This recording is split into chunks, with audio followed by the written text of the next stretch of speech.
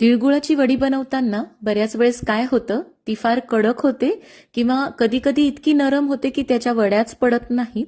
पण अशा पद्धतीने जर बनवाल तर 100% मस्त खुसखुशीत तयार होईल.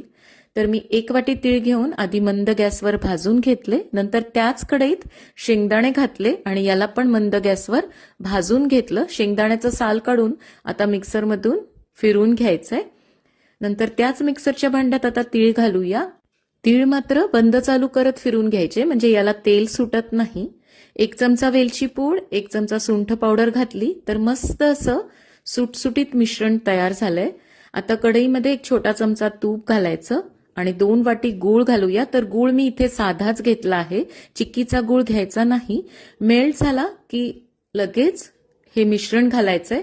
तर गुळाचा आपल्याला 1 तारी किंवा 2 तारी पाक करायचा नाही. बुडबुडे आले की लगेच मिश्रण घालायचंय.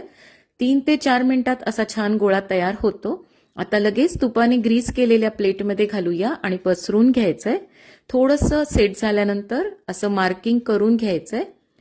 साधारण 1 तासात हे मिश्रण छान सेट होतं. 1 तासानंतर मस्त अशी वडी सहज निघून आलीये. अशा वड्या महिनाभर पण छान टिकतात आणि खायला पण एकदम मस्त खुसखुशीत लागतात.